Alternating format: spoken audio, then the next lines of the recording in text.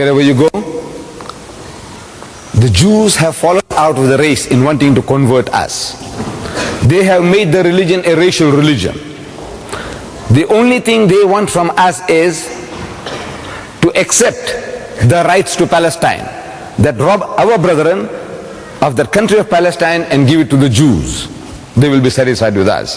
They do not want to convert anybody into their faith. Their faith is now a racial religion. You have to be born a Jew to be a Jew.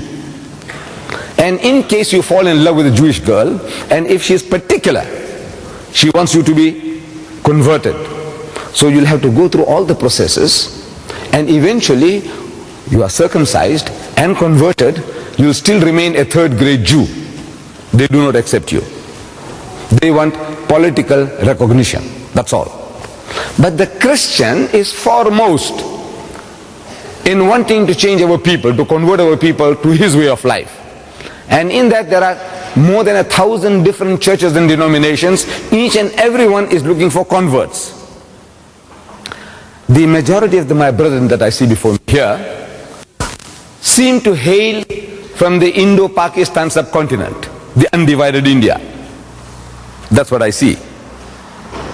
Now, the first experience we had of this challenge or this opposition was soon after the British conquest of India. When the British conquered India, they realized that at any time anybody will give them trouble, it will be the Muslims. Because power, rule, dominion was wrenched out of their hands, and they were a militant people. Sooner or later they will aspire to get power once more again.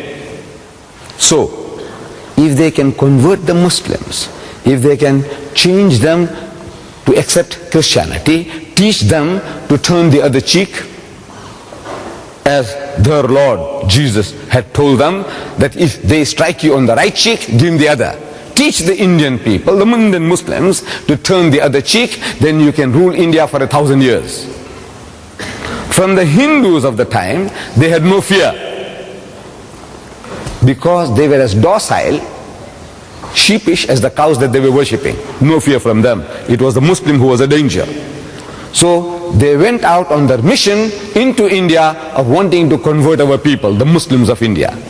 And they started pouring in the missionaries into India like frogs in the rainy season.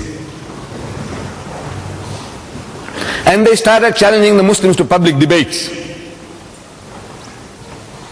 At first the Muslims were reluctant. These people had just conquered us. If we speak a bit too militantly, they might capture you and send you to the Andaman Islands, Kala Pani, black waters, like Robben Island in South Africa. Talk too much, Robben Island. Talk too much, Andaman Islands. You want to go there? No. So mom is the word, keep quiet. But now the missionaries, they started mastering our language.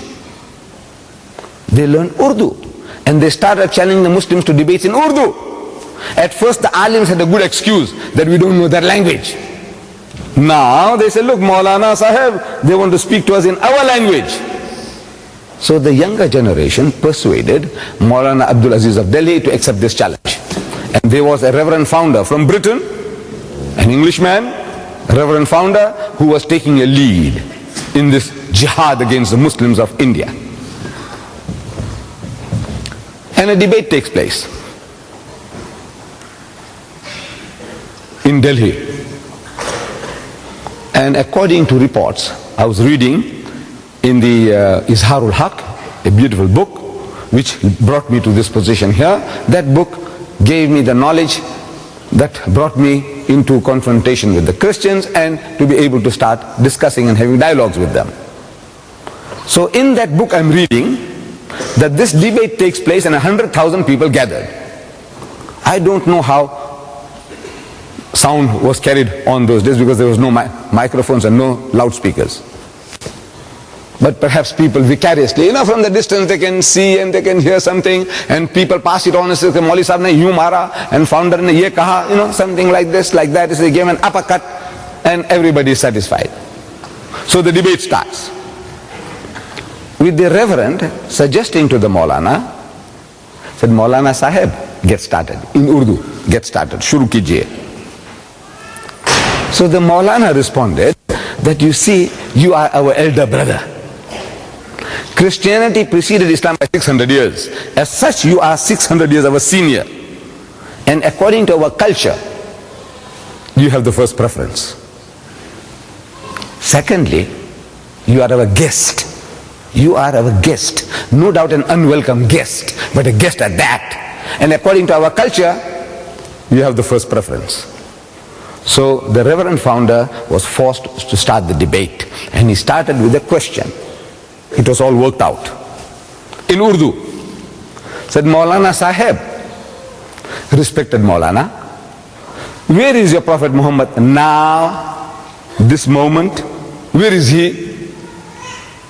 So the Maulana thought for a moment and he said that he's in Jannatul Firdaus, heavenly bliss with Allah Bari Ta'ala. Out of that answer came the second question. Said, all right, Maulana Sahib, tell us, where was he when his grandson Hussein was martyred at Karbala? Where was he then?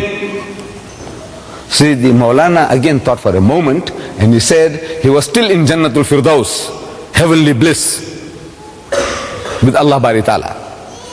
Out of that answer came the third question. It was all worked out, prepared. Said, all right, tell us now, Maulana Sahib, that if your Prophet was with his Allah in heaven, when his grandson Hussein was being butchered, martyred at Karbala, didn't he ask his Allah for help? Ya Bari Ta'ala, look what they're doing to my grandchild, please help him out of his difficulty. Didn't he cry out for help to Allah? And there was a long pause. And the Reverend couldn't hold his peace. Says, come on, started banging his feet, come on. Didn't he ask his Allah for help? So the Maulana said, yes, he did. And so what did he say? What did Allah say? Because we know he wasn't helped. What did he say? And there was an inordinate pause, an extra long pause. And again, the Reverend couldn't hold his peace, started stamping his feet, said, come on. He thought he had the kill. And the people also felt, कि Maulana ne mara diya. Maulana got us chopped off. Khatam kara diya hame. Says, come on. So the Maulana says that Allah cried. Allah ne ro diya. So what? Allah cried? He says, yes, Allah cried. He said, I couldn't save my own son Jesus. How can I save your grandson?